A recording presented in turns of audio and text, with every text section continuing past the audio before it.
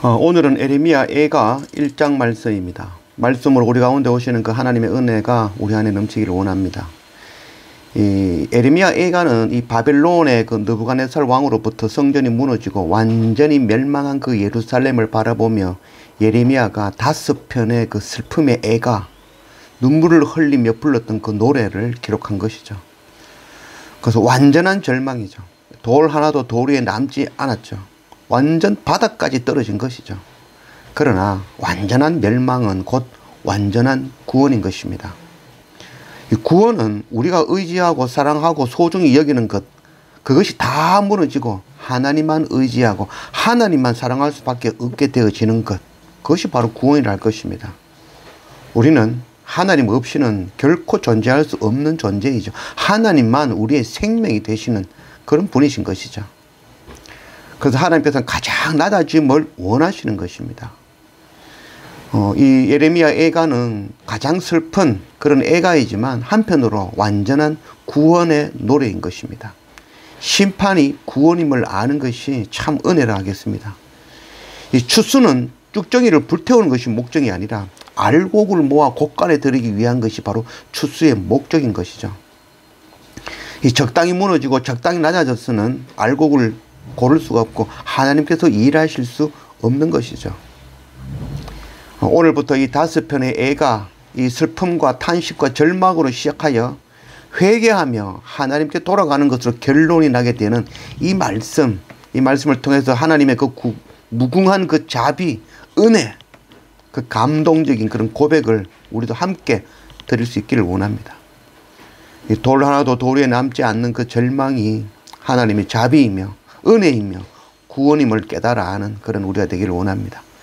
1절 슬프다 이 성이여 전에는 사람들이 많더니 이제는 어찌 그리 적막하게 앉았는고 전에는 열국 중에 크던 자가 이제는 과부같이 되었고 전에는 열방 중에 공주였던 자가 이제는 강제 노동을 하는 자가 되었도다.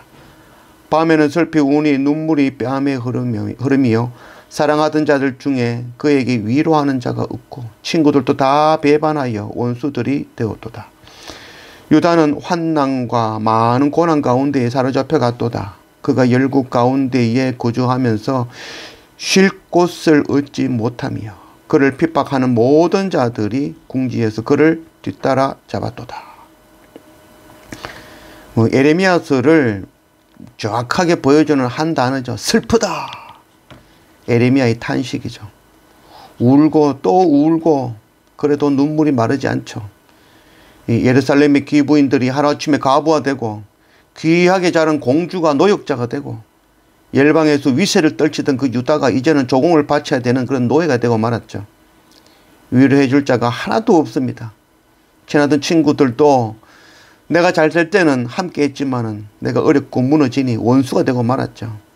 그리고 일할 줄 아는 자들, 기농공들, 배운 자들 이들이 모두 굴비같이 묶여서 바벨론으로 잡혀가고 말한 것이죠. 하나님의 절기가 되었지만 절기를 지키기 위해서 나오는 자는 하나도 없고 제사장들도 제사가 없으니 그들도 다 사라지고 말았죠. 삿슴도 아무것도 먹지 못해서 사자가 와도 도망갈 힘이 없다는 것이죠. 대적들이 주인이 되고 원수가 번영을 누리게 되었으니 이는 그의 죄가 많음으로 여호와께서 유다를 슬픔 가운데 빠지게 하시고 그 어린 자녀들도 대적들이 사로잡아 가게 만든 것이죠. 그러나 이 완전한 절망은 또한 구원을 선포하고 있는 말씀이라는 것 알기 원합니다.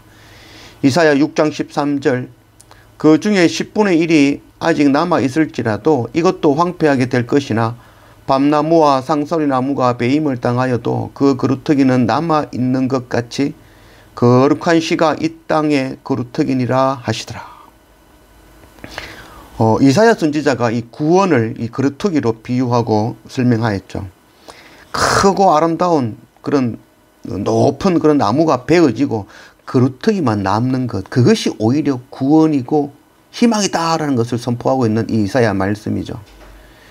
이는 우리가 소유하고 자랑하던 크고 아름다운 것들이 전부 없어지고 잘려지고 그루터기만 남는 것이 구원이 될 것이다 라는 그런 말씀이죠. 우리가 가진 모든 것을 잃고 고난의 과정을 거쳐서 마지막 그날까지 믿음을 지키고 남은 자들, 그들에게 주어지는 것이 바로 구원인 것이죠. 이 세상에 속이는 자들은 눈물과 고난과 환난과 심판을 없이 행복하게 구원을 얻을 수 있다라고 말하죠. 속이는 말이죠. 그러나 구원은 우리가 의지하는 것들을 잃지 않도록 지켜주는 것이 아니죠. 우리가 의지하는 것 전부 무너뜨리는 것, 철저하게 우리가 자랑하고 의지하던 것, 소유하던 것 전부 무너지고 오직 하나님만 의지하게 만드는 것, 이것이 바로 구원인 것이죠. 예레미야 애가는 슬픔의 애가이지만 한편 완전한 구원의 노래인 것이죠. 심판이 구원의 시작이라는 것을 아는 그것이 바로 은혜입니다.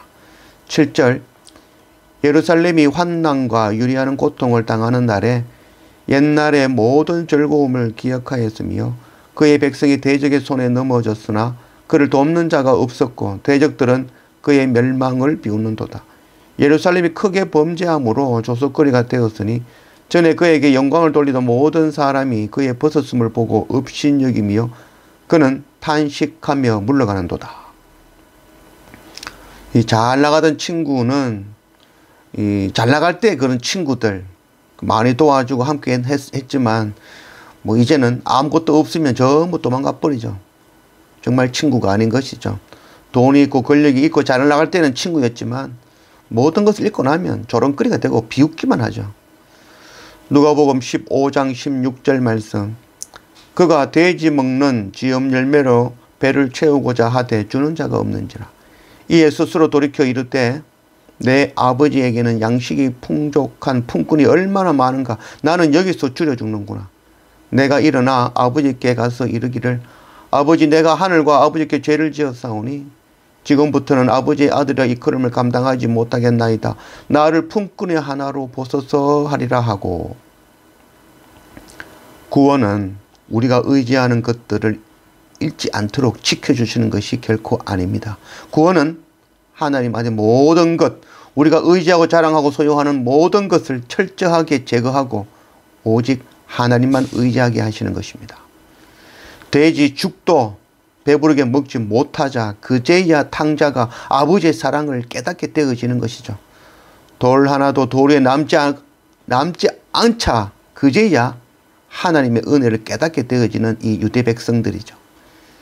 쥐엄 열매도 먹지 못하게 하고 또 돌 하나도 돌 위에 남지 않게 하시는 그 하나님은 바로 의로우신 분이죠. 선하신 분이죠. 우리를 구원으로 인도하시는 분이라는 것을 알기 원합니다.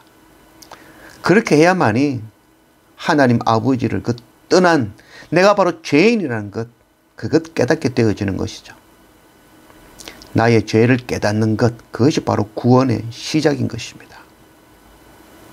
두렵고 떨리지만 이런 은혜가 우리 안에 넘치기를 원합니다.